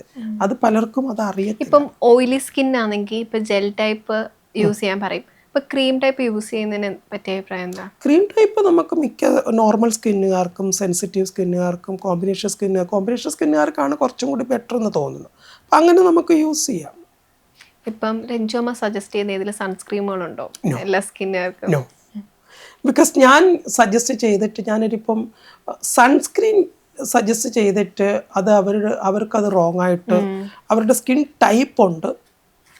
ഈ നമ്മുടെ സ്കിൻ ടൈപ്പും സ്കിൻ കളറും തമ്മിൽ വ്യത്യാസമാണ്. സ്കിൻ ടൈപ്പ് എന്ന് പറയുന്നത് ചർമ്മത്തിൻ്റെ അടിസ്ഥാന സ്വഭാവമാണ്. ചർമ്മത്തിൻ്റെ നിറം എന്ന് പറയുന്നത് ജനറ്റിക്കലി നമുക്ക് മാതാപിതാക്കളിൽ നിന്ന് കിട്ടുന്നത്. ഇത് രണ്ടിനെയും നമുക്ക് ഇന്ന് ചികിത്സാ രീതികൾ കൊണ്ട് മാറ്റിയെടുക്കാനുള്ള സാധ്യതകളുണ്ട്. ഫോർ എക്സാമ്പിൾ ഞാൻ തന്നെ അല്ലേ, എൻ്റെ സ്കിൻ എന്ന് പറയുന്നത്, സ്കിൻ ടൈപ്പ് എന്ന് പറയുന്നത് സൂപ്പർ ഡ്രൈ സ്കിന്നായിരുന്നു. അപ്പം ഞാനതിനെ നോർമൽ സ്കിന്നിലേക്ക് കൊണ്ടുവന്നുകൊണ്ടിരിക്കുക. എൻ്റെ സ്കിൻ കളർ എന്ന് പറയുന്നത് ഡസ്കി ഡീപ്പ് ഡാർക്കായിരുന്നു. അപ്പം അതിനെ ഞാനൊരു മീഡിയം ലെവലിലേക്ക് കൊണ്ടുവന്നു. ട്രീറ്റ്മെൻറ്റിലൂടെ കൊണ്ടുവന്നു. അപ്പം പണ്ടത്തതുപോലെയല്ല, എല്ലാത്തിനും ഓപ്ഷൻസുകളുണ്ട്. മനസ്സിലായില്ലേ? ഇപ്പം രഞ്ജുമ്മ ബ്രൈഡ്സിന് കൊടുക്കുന്ന അഡ്വൈസ് ആണല്ലോ, സ്കിൻ കെയറിലും ഇന്റേണലി ആയാലും എക്സ്റ്റേണലി ആയാലും കൊടുക്കുന്ന ഇന്ന കാര്യങ്ങൾ ചെയ്യണമെന്ന് പറയുമല്ലോ. ഞാൻ എൻ്റെ ബ്രൈഡ്സിന് ഞാൻ ആദ്യം കൊടുക്കുന്നത് നിങ്ങൾ ഹാപ്പി ആയിട്ടിരിക്കുക എന്നുള്ളതാണ്. നിങ്ങളുടെ ഡ്രീം ഡേ ആണ്. അവിടെ ഐശ്വര്യറായി വന്നാലും നിങ്ങളാണ് സ്റ്റാർ. എല്ലാവരും നോക്കുന്നത് നിങ്ങളെ ആയിരിക്കും. അപ്പോൾ അതുകൊണ്ട് നിങ്ങൾ ഹാപ്പി ആകാൻ ശ്രമിക്കുക. ആ ഹാപ്പിനെസ് എനിക്കോ നിങ്ങളുടെ മാതാപിതാക്കൾക്കോ തരാൻ കഴിയില്ല. അതുകൊണ്ട് ആ ഹാപ്പിനെസ് നിങ്ങൾ തന്നെ ഉണ്ടാക്കിയെടുക്കുക. നല്ല രീതിയിൽ സ്കിൻ കെയർ ചെയ്യുക, അതിനെക്കുറിച്ച് നല്ല രീതിയിൽ പോസിറ്റീവായിട്ടുള്ള തിങ്ക് കൊണ്ടുവരിക, വെള്ളം കുടിക്കുക, മോയ്സ്ചറൈസർ യൂസ് ചെയ്യുക. സ്കിന്നിൽ എന്തെങ്കിലും ഡാമേജ് നിങ്ങൾക്ക് ഫീൽ ചെയ്യുന്നുണ്ടെങ്കിൽ അതിനൊരു ഡെർമറ്റോളജിസ്റ്റിനെ കാണുക. ഡെർമറ്റോളജിസ്റ്റ് സജസ്റ്റ് ചെയ്യുന്ന ഒരു തരത്തിൽ നിങ്ങൾക്ക് മുന്നോട്ട് പോകാം. അല്ലെന്നെങ്കിൽ പാർലർ സർവീസ് ആണെന്നുണ്ടെങ്കിൽ പാർലർ സർവീസുകൾ ചെയ്യാം. അങ്ങനെയുള്ള കാര്യങ്ങൾ ചെയ്യാം. നിങ്ങൾ ഹാപ്പി ആകുക എന്നുള്ളതാണ് ഞാൻ ആദ്യം കൊടുക്കുന്ന അഡ്വൈസ്. ഇപ്പം രഞ്ജുമ്മ ഇപ്പം ആ ഒരു റാഗി മിൽക്ക് ഒക്കെ ഉണ്ടല്ലോ, അത് പിമ്പിളിനായിരുന്നു ഒന്ന് പറഞ്ഞിരുന്നത്, പിമ്പിളും ടാൻ റിമൂവിങ് പോലെ. അപ്പം ഈ ടീനേജേഴ്സിന് പിമ്പിൾ വരുന്ന ടൈമിൽ ജസ്റ്റ് സിമ്പിളായിട്ട് കെയർ ചെയ്യാൻ പറ്റുന്ന കുറേ കാര്യങ്ങളാണല്ലോ ഇതേപോലുള്ള. ഇപ്പോൾ വീക്കിലി ആയിരിക്കും, അങ്ങനെ എന്തെങ്കിലും കെയർ ചെയ്യാൻ പറ്റുന്ന നാച്ചുറൽ റെമഡീസ് പറയാമോ? നാച്ചുറൽ റെമഡീസ് എന്ന് പറഞ്ഞാൽ ഒരുപാടുണ്ട് മോളെ. അപ്പം ഞാനത് പറഞ്ഞിട്ട് അത് ചിലർക്കത് പണി കിട്ടിയിട്ടുണ്ട്, ചിലർക്കത് നല്ല റിസൾട്ടും കിട്ടിയിട്ടുണ്ട്. ഇപ്പോൾ ഈ പിമ്പിൾസ് ഉണ്ടാകുന്നതിൻ്റെ റീസൺ നമ്മളത് അറിയണം. മനസ്സിലായോ? നമുക്ക് പീരീഡ്സിൻ്റെ സമയത്തുണ്ടാകുന്ന പിമ്പിൾസാണോ, അല്ലെങ്കിൽ മറ്റെന്തെങ്കിലും ടെൻഷൻ കൊണ്ടുണ്ടാകുന്ന ഇതാണോ, അല്ലെങ്കിൽ എന്തെങ്കിലും ഒരു മെഡിസിൻ നമ്മൾ അനാവശ്യമായിട്ട് എടുത്തപ്പോൾ ഉണ്ടായിട്ടുള്ള പിമ്പിൾസാണോ, അല്ലെങ്കിൽ നമുക്കൊരു ഫസ്റ്റ് പീരീഡ്സ് ടൈം മുതലേ നമുക്ക് ഈ ഒരു പിമ്പിൾസ് പ്രോബ്ലം ഉണ്ട് എന്നുള്ളത്, PCOD പ്രോബ്ലം എന്താണ്, ഇതെല്ലാം നമ്മൾ അറിയണം. വെറുതെ നമ്മളൊരു റെമഡി പറഞ്ഞു കൊടുത്തിട്ട് കാര്യമില്ല. ഇപ്പോൾ തക്കാളി പോലൊക്കെ നിൽക്കുന്ന പിമ്പിൾസുകൾ വരുന്നവരുണ്ട്, ഋത്തിമ പോലത്തെ റെഡ്നെസ് വരുന്ന സ്കിന്നുകൾ കാണാറുണ്ട്. അപ്പം നമുക്കിതിനൊക്കെ ഇതെല്ലാം അവർക്ക് സൂട്ടബിൾ. ഇവർ ഓടിച്ചാടി അത് എടുത്തു കഴിഞ്ഞാൽ പിന്നെ എനിക്കായിരിക്കും 8ൻ്റെ പണി കിട്ടുന്നത്. അപ്പോൾ ഞാനിപ്പോൾ റെമഡികൾ കൊടുക്കൽ കുറച്ച് കുറഞ്ഞിട്ടുണ്ട്. എന്നാൽ പോലും 90% ആൾക്കാർക്ക് രഞ്ജുമ്മയുടെ നാച്ചുറൽ റെമഡീസ് വർക്ക് ആയിട്ടുണ്ട്. ഈ ചിലവർ ക്വാണ്ടിറ്റി കൂടുതൽ എടുക്കുകയായിരിക്കും, ലൈമ് അല്ലെങ്കിൽ ചിലവർക്ക് ഒരൊറ്റ ഡ്രോപ്പ് ലെമൺ ജ്യൂസ് എടുക്കുന്നതിന് ചിലർ പറയുന്നത് ഒരൊറ്റ കട്ടി എടുക്കും, ഒരു പാകം എടുക്കും. അത് അത്രയും സിട്രിക് ആസിഡ് അല്ലേ, ആ സ്കിന്നിന് എത്രത്തോളം ഡാമേജ്. ഞാൻ കോഫിയും എൻ്റെ ഒരു ടീനേജ് സമയത്ത് കോഫിയും ഷുഗർ പൊടിക്കത്തൊന്നുമില്ല, ആ ഷുഗർ ആഡ് ചെയ്തിട്ട് അന്ന് ആരുടെയൊക്കെ യൂട്യൂബ് വീഡിയോസിൽ കണ്ടിട്ട് പാലൊഴിച്ച് ചെയ്യേണ്ട റിസൾട്ട് കുറയുമെന്ന് വെച്ച് 2 നാരങ്ങ, അന്നൊന്നും എനിക്ക് പൊള്ളിയില്ല, ഈ 2 നാരങ്ങയൊക്കെ എടുത്തൊഴിച്ച് അത് ഡെയിലി ചെയ്യും. അപ്പൊ അന്ന് നമുക്ക് എങ്ങനെയും വൃത്തിക്കിരിക്കണം, സുന്ദരിയായിട്ടിരിക്കണം എന്നുള്ള ഇത് കാണുമല്ലോ. എല്ലാവരുടെയും സൗന്ദര്യ സങ്കല്പം എന്ന് പറയുന്നത് ഭയങ്കര വെളുത്തിരിക്കുക എന്നുള്ളതാണ് അല്ലേ. അതല്ല, ഹെൽത്തി ആയിട്ടിരിക്കുക, ഹെൽത്തി സ്കിന്നായിട്ടിരിക്കുക എന്നാണ്. ഇപ്പം നമ്മുടെ നാട്ടിൻ പ്രദേശത്ത് ഡെയിലി എണ്ണ തേച്ച് കുളിക്കണം, ഡെയിലി ഹെയർ വാഷ് ചെയ്തില്ലെങ്കിൽ ആ മുടി പന്നലാവുന്നതെന്നുള്ളൊരു ഇതുണ്ട്. ഇപ്പൊ ഡെയിലി ഓയിൽ യൂസ് ചെയ്യേണ്ട ആവശ്യമുണ്ടോ നമ്മുടെ ഹെയറിൽ? ഇല്ല, ഞാൻ അങ്ങനെ ഡെയിലി യൂസ് ചെയ്യാറൊന്നുമില്ല. ഞാനും പലതരം ഓയിലുകൾ വാങ്ങിച്ചു വെച്ചിട്ടുണ്ട്. എന്തെല്ലാം എന്താ പറയുക, ഈ ഓസിന് കിട്ടിയാൽ ആസിഡ് വാങ്ങിച്ച് കഴിക്കുക എന്നുള്ള ഒരു പ്രകൃതം ഉണ്ടല്ലോ. അപ്പം നമ്മൾ മലയാളികളെ സംബന്ധിച്ച് അതൊരു ഇഷ്ടപ്പെട്ട മേഖലയാണ്. അപ്പോൾ എവിടെ എന്ത് കണ്ടാലും ഇപ്പം AI-ലൊക്കെ ചില ഹെയറിൻ്റെ ട്രീറ്റ്മെൻറ്റുകൾ കാണും. നമ്മളങ്ങ് നമുക്കൊരു അട്രാക്ഷൻ വരുവാണ്, ഉടനെ നമ്മളത് ഓർഡർ ചെയ്യുക. അങ്ങനെ 5-6 തരം ഓയിലുകൾ എൻ്റെ വീട്ടിലിരിപ്പുണ്ട്. മനസ്സിലായില്ലേ? അപ്പോൾ ഇതെല്ലാം എൻ്റെ ചേച്ചിമാരെ കൊണ്ട് ഞാൻ തലയിൽ തേച്ച് പിടിപ്പിച്ച് ഒരെണ്ണം 10 ദിവസം യൂസ് ചെയ്ത് അടുത്ത 10 എണ്ണം, അടുത്തത് 10 ദിവസം യൂസ് ചെയ്യും. അങ്ങനെ യൂസ് ചെയ്യുന്നൊരു ശീലം എനിക്കുണ്ടായിരുന്നു. ഇപ്പം ഞാനതെല്ലാം സ്റ്റോപ്പ് ചെയ്തിട്ട് എന്താണ് എനിക്ക് ആവശ്യമുള്ളത്, എന്താണ് എൻ്റെ ഹെയറിൽ വന്നിരിക്കുന്ന പ്രോബ്ലം എന്നതിനെപ്പറ്റി ഞാൻ സ്റ്റഡി ചെയ്ത് ആ ഒരു ട്രീറ്റ്മെൻറ്റിലൂടെയാണ് ഞാൻ മുന്നോട്ട് പോകുന്നത്. ഹെയറിൽ എണ്ണ തേക്കേണ്ട സമയത്ത് എണ്ണ തേക്കും. നാട്ടുമ്പുറത്തെ സ്ത്രീകളാണെന്നുണ്ടെങ്കിൽ കുറച്ച് ചെമ്പരത്തി താളി എടുത്ത് നന്നായിട്ട് തലയിൽ തേക്ക്, താരം നന്നായിട്ട് മാറും എന്ന് പറയുന്ന ഒരു അടിസ്ഥാനമായിട്ട് നമ്മൾ മനസ്സിലാക്കി പഠിച്ചു വെച്ചിരിക്കുന്ന ഒരു കാര്യമാണത്. ചെമ്പരത്തി താളി കൊണ്ട് നമ്മുടെ ഹെയറിലുള്ള ഹെയർ ഫോള് കുറയ്ക്കുവാനും ഹെയറിന് നല്ല സിൽക്കി സ്മൂത്ത് കിട്ടുവാനും ഡാൻഡ്രഫിനെ കുറയ്ക്കുവാനും ഒക്കെ പറ്റുന്നുണ്ട്. പണ്ട് പോലെ ആൾക്കാർ നമുക്ക് ചെയ്തു തന്നിരിക്കുന്ന കുറച്ച് കാര്യങ്ങളാണ്. അപ്പോൾ അത് ചിലർക്കത് എഫക്റ്റ് ആവും, ചിലർക്കത് എഫക്റ്റ് ആവില്ല എന്നുള്ളത്. ഇപ്പം ഡെയിലി ഹെയർ വാഷ് ചെയ്യാത്തോണ്ട് മുടി പൊഴിയുന്നേ നമ്മുടെ നാട്ടിൻ പ്രദേശത്ത് പറയുന്നില്ല. ചുമ്മാ ഓയിൽ തേക്കാതെ നന്നായിട്ട് മസാജ് ചെയ്ത് ഫോളിക്യുകൾ ഓപ്പൺ ചെയ്യുന്ന തരത്തിൽ നമുക്ക് ഓയിൽ മസാജ് ചെയ്ത് ഒരു 10, 20, 30 മിനിറ്റ് നിന്നതിന് ശേഷം വാഷ് ഔട്ട് ചെയ്ത് കളയാം എന്നുള്ളതാണ്. ഇപ്പം ഒരു സിമ്പിൾ ടിപ്പ്, നാച്ചുറൽ റെമഡി പറയാൻ പറ്റുമോ ഒരു ടാനിങ്ങിനുള്ള? ടൊമാറ്റോ ജ്യൂസ് നല്ലതുപോലെ ടൊമാറ്റോ ജ്യൂസ് എടുത്തിട്ട് അതിനകത്തേക്ക് 2-3 നുള്ള് കാപ്പിപ്പൊടി ഇട്ട് നന്നായിട്ട് അതിനെ മിക്സ് ചെയ്യുക. മിക്സ് ചെയ്തതിന് ശേഷം നമ്മുടെ ഉരുളൻകിഴങ്ങില്ലേ, ഉരുളൻകിഴങ്ങ് നന്നായിട്ട് അരച്ചെടുത്തിട്ട് അതിന് ജ്യൂസാക്കുക.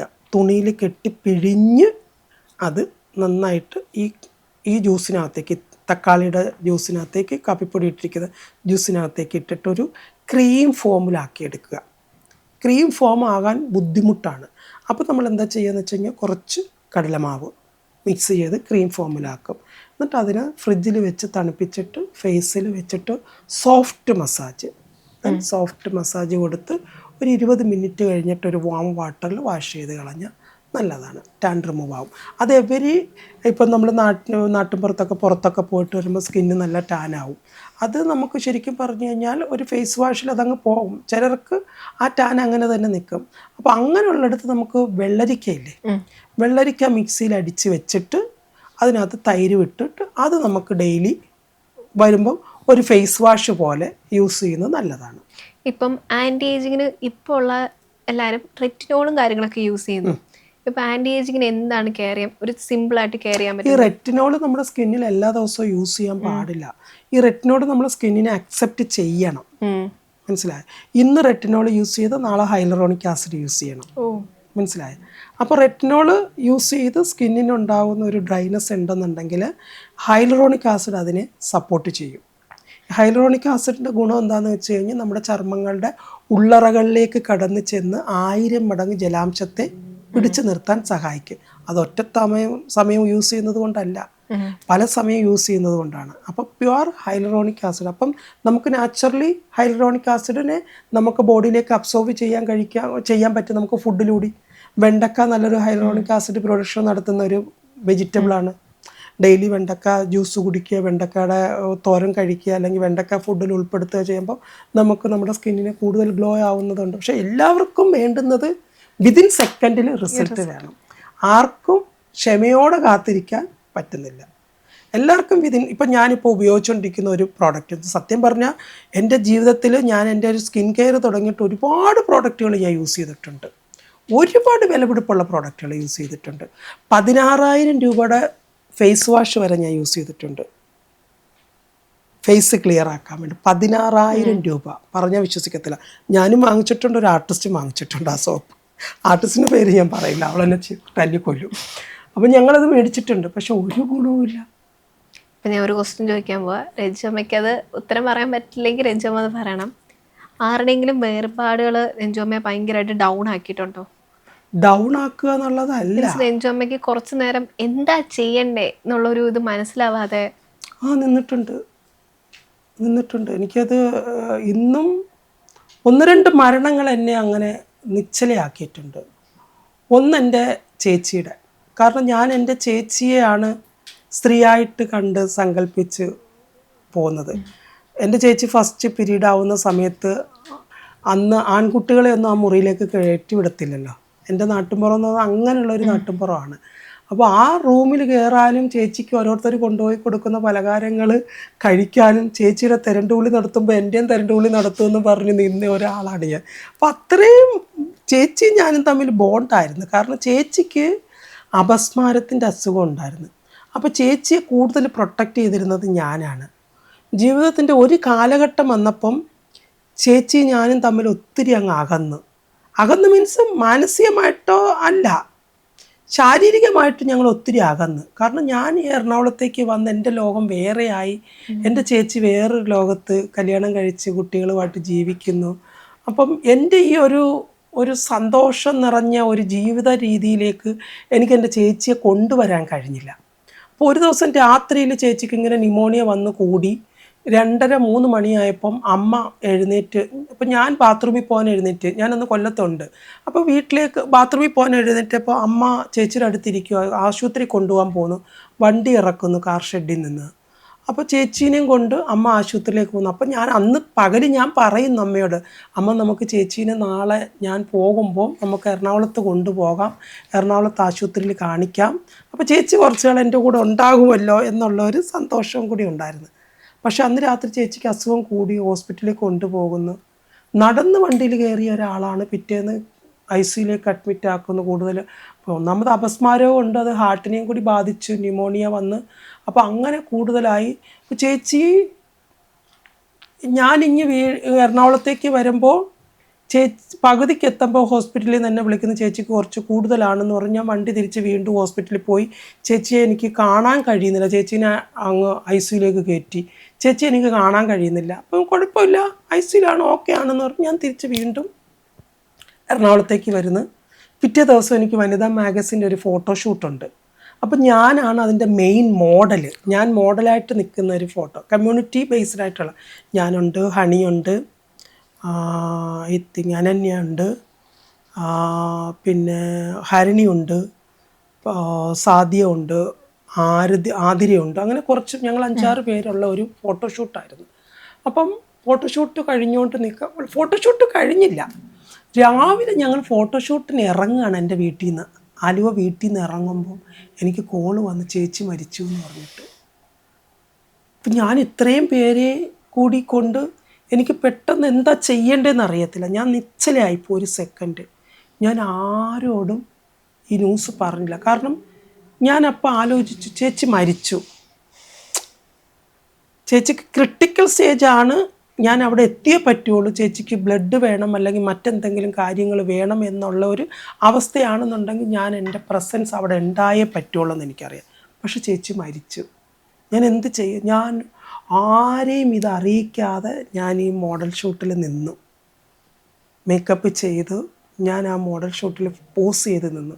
ഇന്നും ഞാൻ ആ ഫോട്ടോ കാണുമ്പോൾ എനിക്ക് ചേച്ചിയുടെ മരണമാണ് ഓർമ്മ വരുന്നത്. ഞാൻ ഈ ഷൂട്ട് കഴിഞ്ഞ് ഏകദേശം ഒരു 2 മണിയൊക്കെ ആയപ്പോഴത്തേക്ക് ഞാൻ വണ്ടി 100/100 ഞാൻ കത്തിക്കുക, ലൈറ്റിട്ട്. എന്താണെന്നറിയത്തില്ല, ദൃശ്യം എന്നുള്ള രീതിയിൽ ഒരുപാട് പോലീസ് വാനുകൾ എനിക്ക് സപ്പോർട്ട് ചെയ്ത് എനിക്ക് വഴി ഒരുക്കി തന്ന ആ സമയത്ത് ഞാൻ പലരെ ഇൻഫോം ചെയ്യിച്ചു, ഇങ്ങനൊരു മരണമായിട്ട് ബന്ധപ്പെട്ട് പോവാണ്. പക്ഷെ ഞാൻ അവിടെ പോയി ചേച്ചീനെ കണ്ട്. അപ്പോൾ എനിക്ക് ആ ഒരു മരണം എനിക്ക് ഭയങ്കര ഒരു ഷോക്കാണ്. കാരണം എനിക്ക് എൻ്റെ ചേച്ചീനെ ഇങ്ങോട്ട് കൊണ്ടുവരാൻ അന്ന് രാവിലെ തന്നെ ഞാൻ പറഞ്ഞപ്പോൾ തന്നെ എനിക്ക് ചേച്ചീനെ ഇങ്ങനെ എറണാകുളത്ത് കൊണ്ടുവരാമായിരുന്നല്ലോ. പിറ്റേ ദിവസം എനിക്ക് എൻ്റെ മറ്റൊരു വല്യമ്മച്ചിയുടെ മകളുടെ മരിച്ചതിൻ്റെ 16 ചടങ്ങുണ്ടായിരുന്നു. അതിനാണ് ഞാൻ ആ വീട്ടിൽ നിന്ന് പോയത്. ഇല്ലെങ്കിൽ ഞാൻ ചേച്ചീനെയും കൊണ്ട് എറണാകുളത്ത് വരിക. അതെനിക്കൊരു വലിയൊരു തീരാ നഷ്ടം, വേദനയായിട്ട് നിലനിൽക്കുന്നുണ്ട്. അപ്പം അതുകൊണ്ട് തന്നെ ചേച്ചിയുടെ 2 പെൺമക്കൾ ഇന്ന് എന്നെ അത്രയും കാലം വരെ രഞ്ജുമ്മ എന്ന് പറഞ്ഞുകൊണ്ടിരുന്നവർ ഇപ്പം എന്നെ അമ്മ എന്നാണ് വിളിക്കുന്നത്, വെറും അമ്മ എന്നാണ്. അപ്പം അവളുടെ സ്ഥാനത്ത്, എൻ്റെ ചേച്ചിയുടെ സ്ഥാനത്ത് എന്നെ അവർ സൃഷ്ടിച്ചു, എന്നെ അവർ കണ്ടു കഴിഞ്ഞു, അമ്മയായിട്ട് എന്നെ കണ്ടു കഴിഞ്ഞു. ഒപ്പം അനന്യയുടെ മരണം എൻ്റെ മകളാണ്. അതും എനിക്ക് ഇതുപോലൊരു ഷോക്ക് തന്നൊരു നിമിഷമായിരുന്നു. കാരണം മരിക്കുന്നതിന് തലേ ദിവസം രാത്രിയിൽ ഒരു 10-11 മണിക്ക് അവൾ വന്നു, വീട്ടിൽ വന്നു. അവളും സാദിയയും ദയയും കൂടി വന്നു. അപ്പോൾ ഈ രാത്രി ഇറങ്ങുന്ന പരിപാടിയുണ്ട്, ചായ കുടിക്കാൻ പോകുന്ന പരിപാടിയുണ്ട് വെറ്റകൾക്ക്. അപ്പോൾ ഇവളുമാർ പറഞ്ഞു എന്നാൽ അമ്മയുടെ അടുത്തേക്ക് പോകാമെന്ന് പറഞ്ഞു. അപ്പോൾ എൻ്റെ വീടിൻ്റെ അടുത്ത് തന്നെ അനന്യ വീട് റെൻറ്റിനെടുത്തു, എല്ലാ സാധനങ്ങളെല്ലാം സെറ്റ് ചെയ്ത്. അപ്പം ഞാൻ അവളോട് പറഞ്ഞു, അപ്പോൾ അവൾക്ക് ഡിസൈനിങ്ങിൽ ഭയങ്കര ഇൻട്രസ്റ്റ് ആണ്. അപ്പം ഒരു റൂം ഡിസൈനിങ് റൂമായിട്ടൊക്കെ സെറ്റ് ചെയ്ത്. അപ്പോൾ ഞാൻ പറഞ്ഞു ഒരു കാര്യം ചെയ്യാൻ പോലെ നമുക്ക് ഇൻസ്റ്റയിലൊക്കെ നല്ല പരസ്യം കൊടുക്കാം, നീ ഇവിടെ അല്ലേ നമുക്ക് തൊട്ടടുത്ത്, അതായത് എനിക്കൊരു 500 മീറ്റർ അപ്പുറത്താണ് അവൾ പുതിയ വീടെടുത്തത്. എല്ലാം സെറ്റ് ചെയ്ത് അഡ്വാൻസും കൊടുത്തു. അവളവിടെ ഒന്ന് ഫുഡും ഒക്കെ വെച്ച് കഴിക്കാൻ തുടങ്ങി. ഒരു ദിവസം രാത്രിയിൽ എൻ്റെ അടുത്തേക്ക് വന്നു. അപ്പം ഞാൻ കിടന്നുറങ്ങുന്ന റൂമിൻ്റെ ജനലുമേ വന്നിങ്ങനെ കൊട്ടി എന്നെ പേടിപ്പിക്കുക. 11:30 പേടിപ്പിച്ച് ഞാൻ പറഞ്ഞു ആരാന്ന് ചോദിച്ചുകൊണ്ട് പിന്നെയും കൊട്ടി മാറി നിൽക്കും. പിന്നെയും വന്ന് അങ്ങനെ ഇവർ 3 പേരും കൂടി കളിച്ച് രാത്രിയിൽ വീട്ടിൽ വന്ന് കുറേ നേരം ഇരുന്ന് വർത്താനമൊക്കെ പറഞ്ഞ് ഏകദേശം ഒരു 12:30-1 മണിയായപ്പം പോയവരാണ്. അപ്പോൾ പോകുന്നതിന് മുമ്പ് ഇപ്പോൾ എനിക്ക് ഉമ്മയും തന്ന്, എന്നിട്ട് കാറിൽ കയറിയിട്ട് ഇവൾ അമ്മയ്ക്ക് ഉമ്മ കൊടുത്തോടിന്ന് ദയോടും സാദിയോടും ചോദിക്കുന്നുണ്ട്. അപ്പോൾ ദയ ഓടി വന്നിട്ട് എനിക്ക് ഉമ്മ തന്നിട്ട് പോയി. ഇവർ അങ്ങ് പോവുകയും ചെയ്തു. പിറ്റേ ദിവസം എനിക്കൊരു ഷോർട്ട് ഫിലിമിൻ്റെ ഷൂട്ടിംഗ് ഉണ്ട്. അനന്യ താമസിക്കുന്ന എടപ്പള്ളി ഫ്ലാറ്റിലാണ്. ഇപ്പോൾ ആലുവയിൽ വീടെടുത്തിട്ടുണ്ടെങ്കിലും എടപ്പള്ളി ഫ്ലാറ്റ് ഒഴിഞ്ഞിട്ടില്ല. അപ്പോൾ അവിടുന്ന് ലാസ്റ്റ് ഒരു 2 അലമാരയും കൂടി മാറ്റാനുണ്ട്. അപ്പം ഞാൻ അവളോട് പറഞ്ഞടി അമ്മ ഷൂട്ടിന് പോവുകയാണ്, തിരിച്ച് വരുമ്പം വണ്ടിയിൽ എന്തെങ്കിലും സാധനങ്ങൾ കയറ്റാനുണ്ടെങ്കിൽ നമുക്ക് വണ്ടിയിൽ കയറ്റിക്കൊണ്ട് പോകാം, ഡിക്കിയിൽ കയറ്റിക്കൊണ്ട് പോകാം, പുറകെ അലമാരിയും കയറ്റിക്കൊണ്ട് അങ്ങ് പോകാം, ഇന്ന് ലാസ്റ്റ് ഡേ ആണല്ലോ എന്നുള്ള രീതിയിൽ ഞാൻ പോവുകയാണ്. അപ്പോൾ ഞാൻ അവിടെ ചെന്ന് ഷൂട്ട് തുടങ്ങി. അന്ന് എൻ്റെ കൂടെ കാവ്യ, വേറെ ഒന്ന് രണ്ട്, മോനിഷ, പിന്നെ ഒരു മോളും കൂടി ഉണ്ട്, അയ്യോ ഉള്ള പേര് മറന്നുപോയി.